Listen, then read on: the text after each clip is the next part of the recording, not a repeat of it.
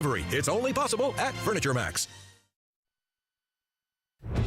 Tonight, several developing stories as we come on the air. Federal prosecutors are now involved tonight after the bombshell allegation from Amazon CEO Jeff Bezos, accusing the publisher of the National Enquirer of blackmail. He says they threatened him with compromising photos. The company now responding tonight.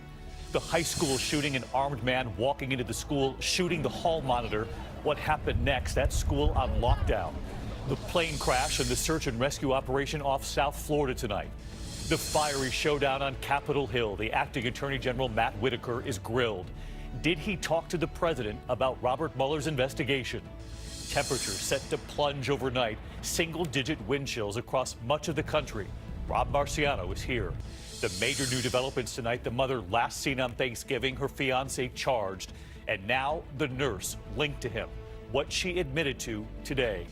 The new intense standoff with Venezuela tonight. President Nicolas Maduro trying to hold on to power. Tonight, blocking humanitarian aid. And our team is right there where this is all unfolding tonight. A chilling confession. The young man accused of killing his childhood friend. She was just a teenager. Tonight, you will hear the audio as he calmly describes what he allegedly did. And we remember an actor tonight. His roles from Annie to Aaron Brockovich. This is ABC World News Tonight with David Muir. Good evening, and it's great to have you with us here on a very busy Friday night. We have a lot to get to this evening, and we're going to begin tonight with the face-off between Amazon CEO Jeff Bezos, the richest man in America, and the National Enquirer. Tonight, federal prosecutors are now looking at this. Bezos alleging the owners of the National Enquirer were trying to blackmail him with compromising photos of him. Bezos going public with the emails lawyers for the National Enquirer sent him, describing in details the photo they had. Tonight, the paper's parent company now responding to those allegations. ABC's Lindsay Davis leading us off tonight. Tonight, federal prosecutors are now reviewing those bombshell allegations by Jeff Bezos, who claims the National Enquirer attempted to extort and blackmail him by threatening to release compromising pictures, including nude photos of the billionaire, if he did not back off of his investigation of the tabloid. The tabloid saying they acted lawfully in what they called negotiations with the Amazon founder. But after he says he was threatened with those photos, he decided to go public, posting a lengthy blog which allegedly contained emails between him and representatives of the National Enquirer, leaving in embarrassing details, writing, "Of course I don't want personal photos published, but I also don't want to participate in their well-known practice of blackmail, political favors, political attacks, and corruption." It all started last month when, just days after Bezos and his wife announced they were divorcing after 25 years, private text messages with his alleged mistress, Lauren Sanchez, were published by the Enquirer. Bezos, who also owns the Washington Post, which reports extensively on the Trump administration, hired his own investigators, he says, to determine how the tabloid got pictures of him and if they were politically motivated, referencing AMI chairman and CEO David Pecker's close relationship with the president, who has frequently gone after Bezos. Washington Post, I have to tell you, I have respect for Jeff Bezos, but he bought the Washington Post to have political influence. Bezos says he started receiving threatening emails referring to those personal photos that included a below-the-belt selfie and one of Bezos naked, wearing nothing but a white towel and his wedding ring and showing the top of his pubic region. According to the emails, the company would agree not to publish, distribute, share, or describe unpublished texts and photos. In exchange, Bezos would stop his investigation and publicly state that he has no knowledge that the Enquirer's reporting was politically motivated. And tonight, one more major turn, as prosecutors will now be reviewing whether the owners of the National Enquirer violated an immunity agreement they reached with feds, looking into a campaign finance violation that involved the National Enquirer killing stories potentially damaging to the president just before the election. If the prosecutors, in their discretion, believe that a crime has been committed, that could wipe out that immunity agreement and lead to additional prosecutions.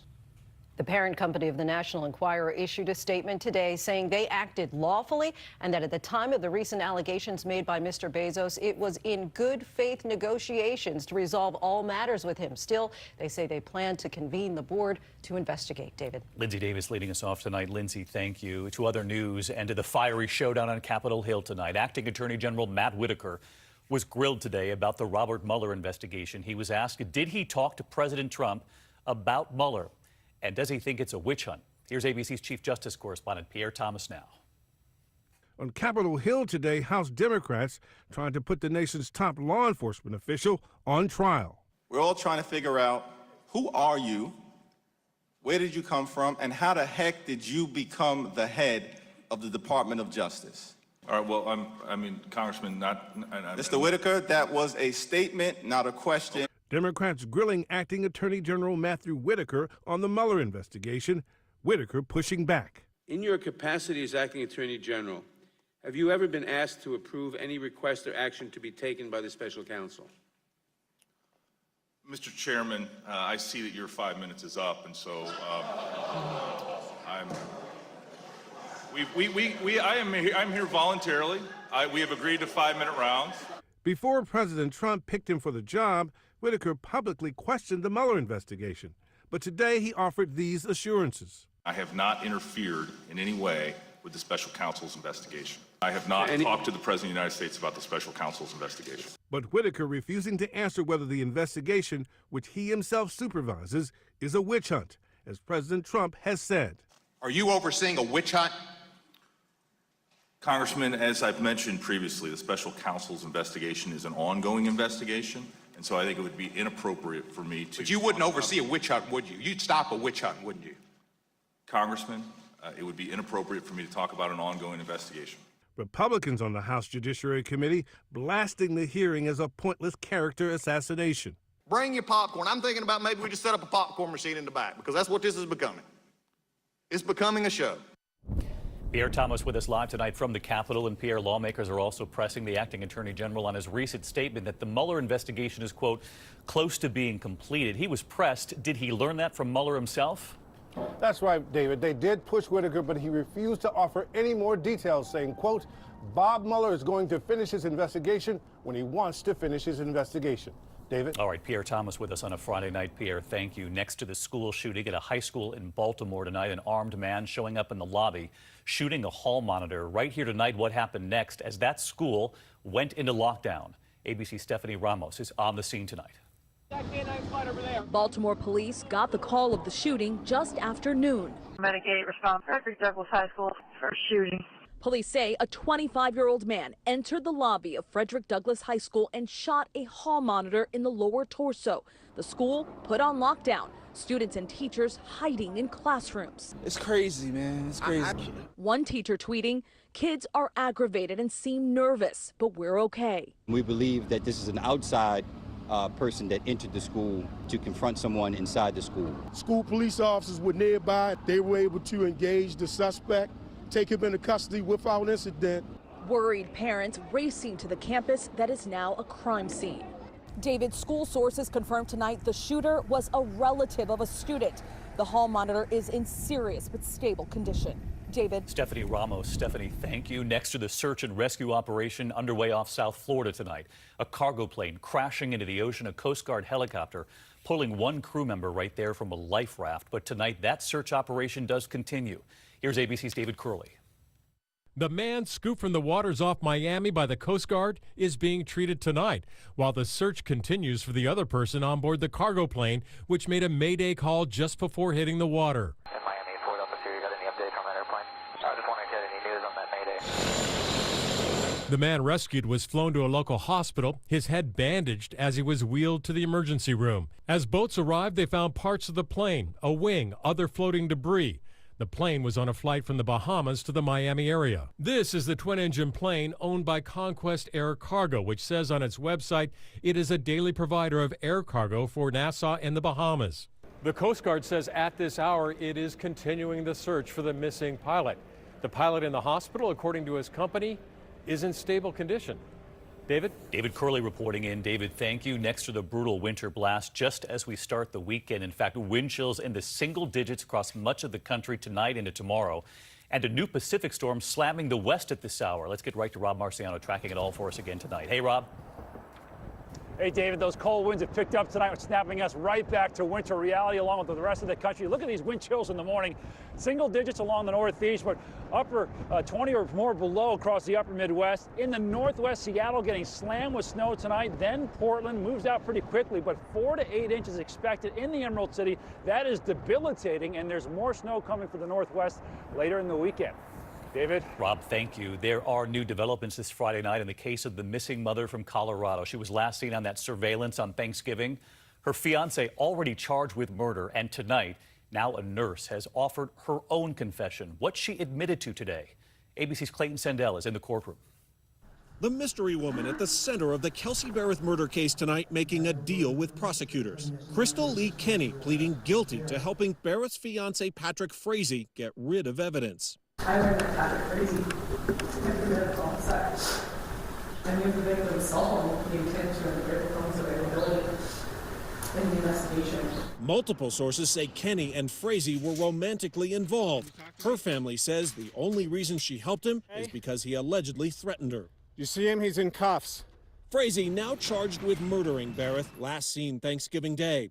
Her parents say they're grateful to prosecutors for today's plea deal. They want every wrongdoer that is involved with this case to be brought to justice. Kenny was free to go today, but she could eventually be sentenced to jail time. And as part of her plea deal, she agrees to testify against Patrick Frazee in his murder trial. He's not entered a plea. David? Clayton, thank you. And next tonight to the political crisis in Virginia. Tonight with the governor initially the one under fire, a new signal from him as the lieutenant governor faces now a second allegation of sexual assault. ABC's Tom Llamas is just back from Virginia. The week began with demands that Virginia Governor Ralph Northam resign after admitting he once wore blackface. It ends with calls for Virginia's second-in-command to step down as well. We'll have our say. I'm confident in the truth. Thank you all so much. Lieutenant Governor Justin Fairfax now facing a new accusation of sexual assault. Meredith Watson, one of his classmates at Duke, says Fairfax raped her in 2000. Tonight, the lieutenant governor calling the allegation demonstrably false, insisting, "I have never forced myself on anyone, ever." Watson is the second woman to come forward this week. Dr. Vanessa Tyson alleges Fairfax forced her to perform oral sex in a hotel room at the 2004 Democratic National Convention. Fairfax says their encounter was consensual. Do you remember Dr. Tyson ever crying? Look, it's good to see you. And tonight, the lieutenant governor calling for a full investigation to clear his name. And tonight we have even more breaking news. As more and more Democrats call on Lieutenant Governor Fairfax to step down, he says he will not resign. But now another Democrat, a Virginia delegate, says he will introduce articles of impeachment on Monday if Fairfax doesn't step down. David, so much going on. Also, the governor said today he will not resign. He says he's going to stay. All right, Tom will be watching this weekend. In other news, the growing crisis in Venezuela at this hour, a tense standoff tonight over desperately needed supplies. A convoy of trucks full of American food and medicine has now been stopped at the border tonight, and ABC's Victor Akendo is on the scene. Tonight, the border standoff. Those shipping containers and tanker blocking vital humanitarian aid from entering Venezuela. All at the request of its embattled president Nicolas Maduro, who is refusing the American aid, calling it a humiliation. 9 truckloads of humanitarian aid now stacked up inside this warehouse, ready to get to the people of Venezuela who so desperately need it. They're hoping this shipment is the first of many. The shipment sent at the request of Juan Guaido, the man who claims he is Venezuela's legal president and is backed by the Trump administration. Meanwhile, thousands continue fleeing Venezuela. We met this woman who travels hundreds of miles. Why are you crossing the border? Porque no tenemos medicina, no tenemos comida. They don't have food, they don't have water, they don't have medicine. Many telling us tonight they remain hopeful the aid makes it in. And Victor Akendo reporting in tonight from right near the Colombian border. We know, Victor, that stream of people has been continuing all day long. You reported it earlier. Those are people leaving Venezuela there. The president of Venezuela tonight and the man who's being recognized by the U.S. as the president there, they're both dueling over that aid and whether it'll be blocked. That's right, David. And Maduro says that if the U.S. wants to help, they should lift the sanctions, which he says hurt ordinary people, although they target his regime. Meanwhile, Guaido says that he promises to get that aid inside the country. All this as the worst humanitarian crisis in the hemisphere continues.